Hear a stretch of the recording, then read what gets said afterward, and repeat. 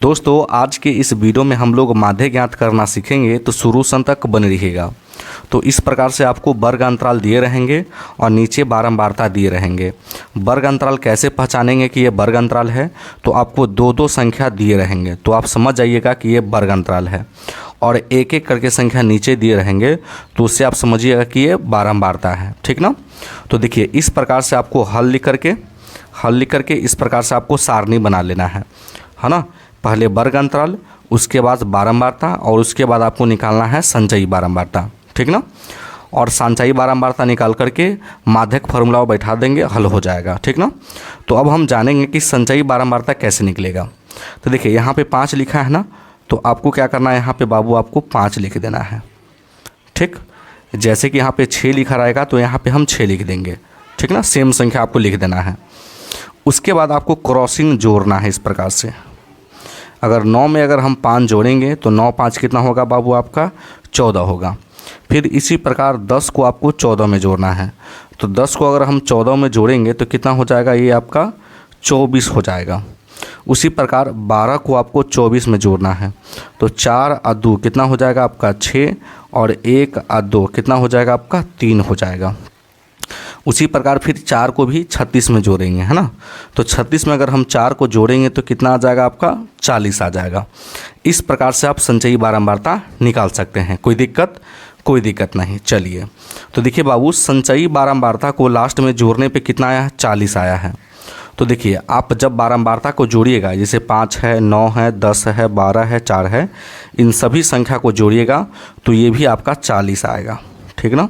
तो इसको हम लोग n बराबर मानेंगे। ठीक ना। क्या मानेंगे बाबू, n बराबर। तो देखिए ये 40 के बराबर हो गया कि नहीं हो गया। आप इसको जोड़िएगा तो परफेक्ट आपका 40 आएगा बारंबारता। तो मतलब कि अगर ये 40 आ गया तो मतलब आपका संचयी बारंबारता सही है। ठीक ना।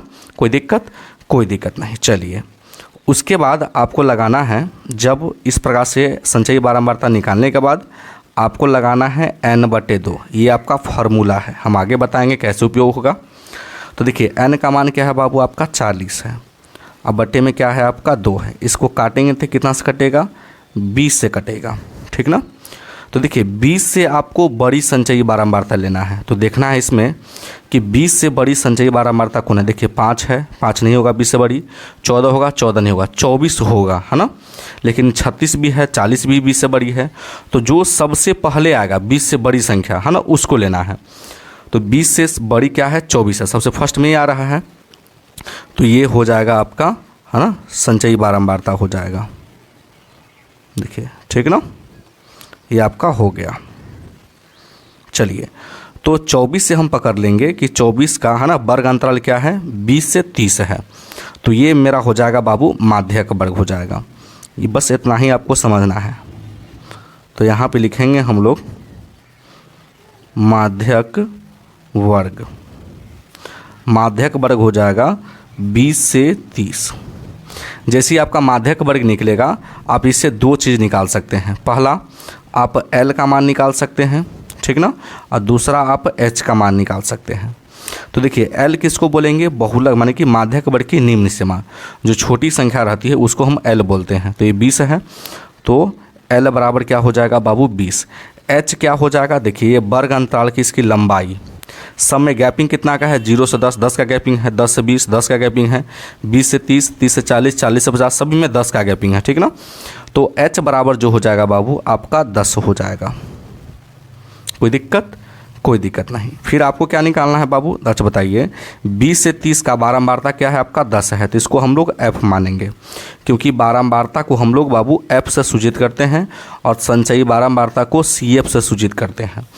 तो आपका वर्ग अंतराल कितना है, 20 से 30 है, तो बारंबारता क्या आ जाएगा आपका 10 आ जाएगा। F का मान क्या आ गया आपका 10 आ गया। तो यहाँ पे लिख देंगे F बराबर आपका 10 हो गया। ठीक ना। उसके बाद आपको निकालना है CF। अब देखिए बाबू यहीं पे बच्चा फंसता है। देखिए बाबू 20 से बड़ी संचयी बारंबारता 24 था, तो ये 24 संचयी बारंबारता नहीं होगा, 24 के जस्ट ऊपर वाला CF होता है। ठीक ना। तो ये आपका CF हो जाएगा। तो CF का मान क्या आ गया आपका 14 आ गया। ठीक ना। ये हमेशा याद रखिएगा ये। ठीक ना। संचयी बारंबारता के जस्ट ऊपर वाला संख्या आपका होगा CF। तो CF बराबर क्या हो जाएगा मेरा आपका 14 हो जाएगा। तो सभी चीज़ का मान हम निकाल लिए हैं। अब हम माध्यक के फार्मूला पे हम लोग हल करेंगे, ठीक ना। तो देखिए बाबू, माध्यक के फार्मूला क्या होता है ये आपको जानना ज़रूरी है, ठीक ना। तो हम यहाँ पे लिखते हैं माध्यक